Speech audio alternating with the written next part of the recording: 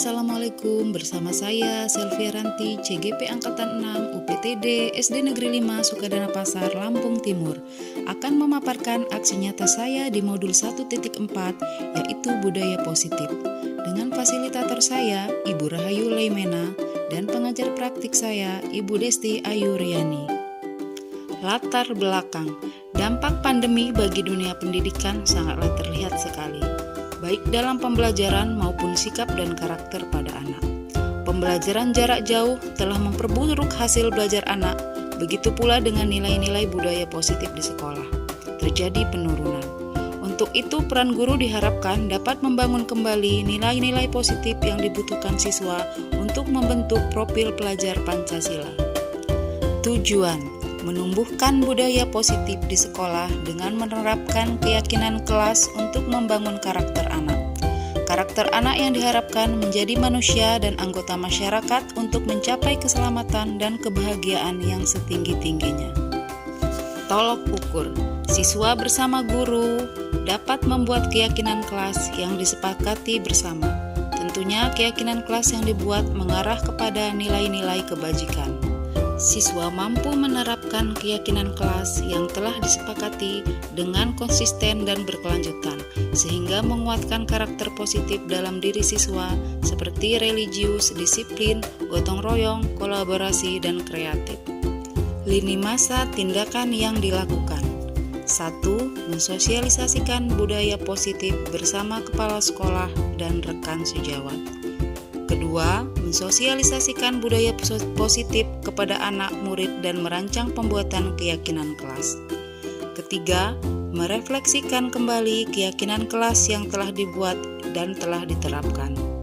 Dukungan yang dibutuhkan: pertama, keluarga atau orang tua sebagai penyemangat dan pengawas anak di rumah dalam menerapkan disiplin positif. Yang kedua, anak didik itu sendiri yang mendasari kemauan dan menerapkan pembiasaan-pembiasaan di kehidupan sehari-hari. Yang ketiga, kepala sekolah dan rekan sejawat bersama-sama ikut merealisasikan penerapan budaya positif. Diseminasi budaya positif: kegiatan sosialisasi saya dalam mensosialisasikan budaya positif bersama kepala sekolah dan rekan sejawat.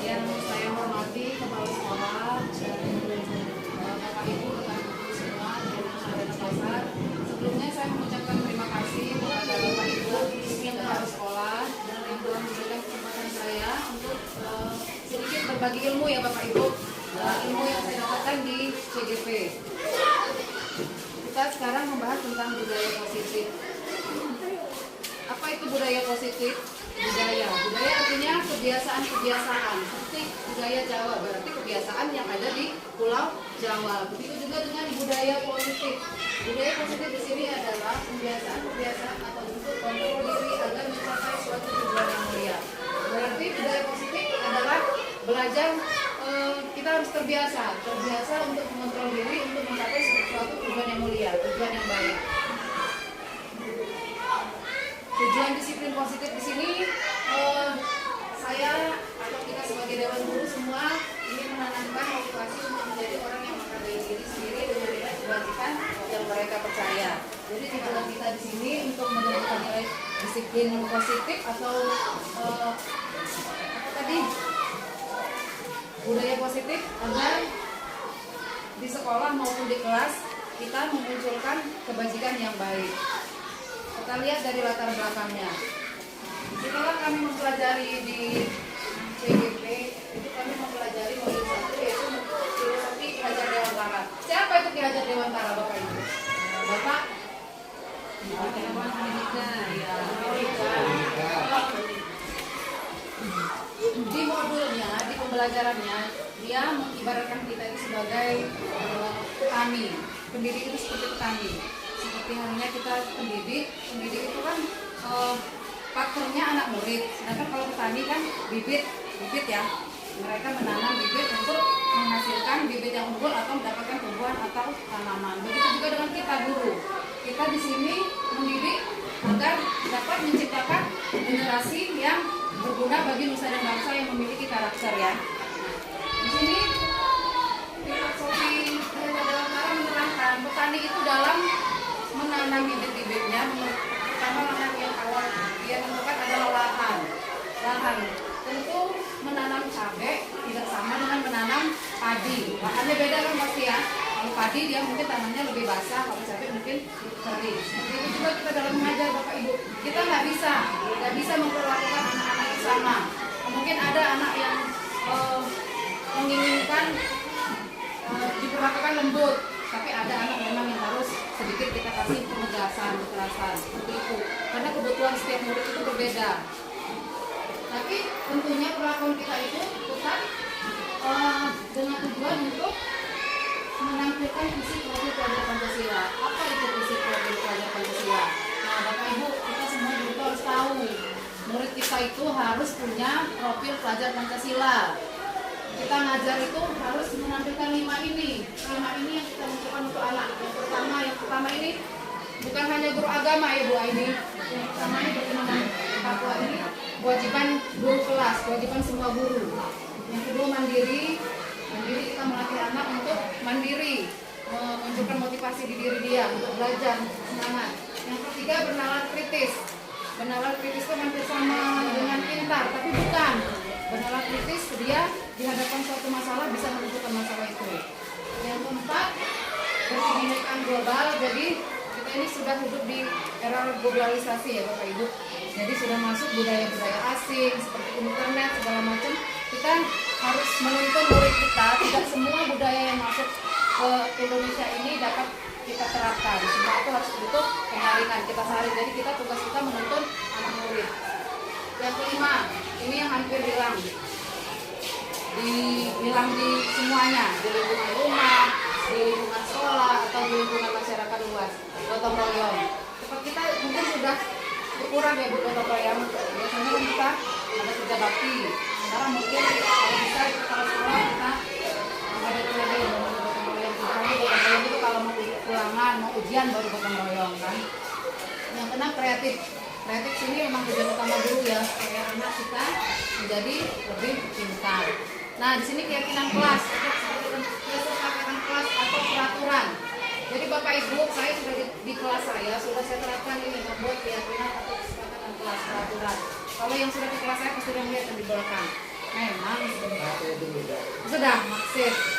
Memang tidak semua anak sudah menjalankan, cuma sedikit demi sedikit. Dengan kita sudah punya keyakinan atau kesepakatan kelas, insya Allah anak-anak bisa mengikuti. Itulah tujuan guru untuk menuntun. Nah, kesepakatan kelas yang kita buat itu harus memunculkan nilai-nilai kebajikan seperti peduli, rajin. Ini semuanya nilai kebajikan. Seperti ini loh, peraturan kelas. Misalnya saya buat kembalikan barang ke tempatnya. Berarti mendidik anak memunculkan nilai kebajikan apa? Kembalikan barang di tempatnya. Tanggung jawab. Hadir di sekolah 15 menit sebelum belajar dimulai. Menampilkan kebajikan apa? Disiplin, ya, seperti itu. Ini contoh kalau keyakinan untuk kelas 1, setiap anggota kelas perlu belajar, setiap anggota kelas perlu merasa senang. Karena anak kelas 1 itu masih identik dengan Bu Eli, masih dilatih untuk bermain. Jadi bagaimana caranya anak-anak itu bahagia di dalam kelas. Ini contoh keyakinan kelas untuk kelas 5. Mungkin sudah agak terarah karena anak-anak sudah mulai besar, dia sudah mulai ngerti. Seperti selalu bersikap positif, senantiasa menjadi diri terbaik. Sebenarnya itu kesepakatan kita sama anak murid kita yang kita buat. Kalau saya, yang pertama saya buat di kelas saya, mengucapkan salam begitu memasuki ruangan. Jadi kita beri anak itu pembiasaan Bapak Ibu. Masuk semua ruangan, tidak hanya di kelas, di rumah selalu mengucapkan salam. Insya Allah kalau dia itu sudah terbiasa mengucapkan assalamualaikum manapun dia akan assalamualaikum. Di sini 5 posisi kontrol yang harus dimiliki guru, orang tua ataupun kepala sekolah. Lihat Bapak Ibu ada 5 posisi kontrol. Yang pertama penghukum, pembuat merasa bersalah, 3 teman, pemantau dan manajer. Kira-kira mana yang sering kita duduki posisinya? Penghukum ya. Jadi kalau anak salah kita hukum ya. Itu salah, sekali. Kita ini sekarang adanya merdeka belajar itu yang namanya menghukum itu udah nggak boleh. Satu juga memang karena menghukum itu tidak apa ya namanya? Tidak pasti membuat anak itu menjadi jerah, itu belum pasti. Kalau membuat merasa bersalah, mungkin kita dengan ucapan-ucapan, ibu kecewa loh dengan tindakan kamu hari ini, jadi dia merasa bersalah. Ibunya sudah ngomong seperti itu kan anaknya sudah merasa bersalah. Yang ketiga, teman. Kalau saya sendiri kebanyakan saya menduduki posisi penting sebagai teman. Dan saya duduk mengajar di kelas 6, anak-anaknya mikirnya sudah tinggi Bapak Ibu, jadi saya anggap mereka sebagai teman. Itu juga sebenarnya kurang bagus, memantau hanya memantau saja. Nah ini manajer, saya lihat posisi manajer di sini hanya ibu kepala sekolah yang sudah memilikinya. Dia bisa menengahi, terus dia memberi kesempatan kepada yang berbuat salah, yang melakukan tindakan salah untuk menawarkan loh. Jadi solusinya gimana? Jadi kita tuh dituntut kalau bisa kita tuh menduduki posisi sebagai manajer di kelas. Kita bisa menengahi, kita anak-anak membuat salah kita tawarkan, ya kamu sudah berbuat salah, kira-kira bagaimana? Jadi kita tawarkan ke dia solusinya dia sanggup seperti apa? Gitu. Nah ini ada namanya segitiga restitusi, Ibu. Segitiga restitusi ini cara kita dalam penanganan di suatu masalah. Yang pertama ada validitas tindakan yang salah. Yang kedua, yang pertama menstabilisasikan identitas. Yang kedua validasi tindakan, dan yang ketiga menanyakan keyakinan. Yang pertama itu menstabilisasikan identitas, itu maksudnya kalau kita menghadapi anak yang datang terlambat, pertama itu kita, nah itu tadi jangan menjadi penghukum.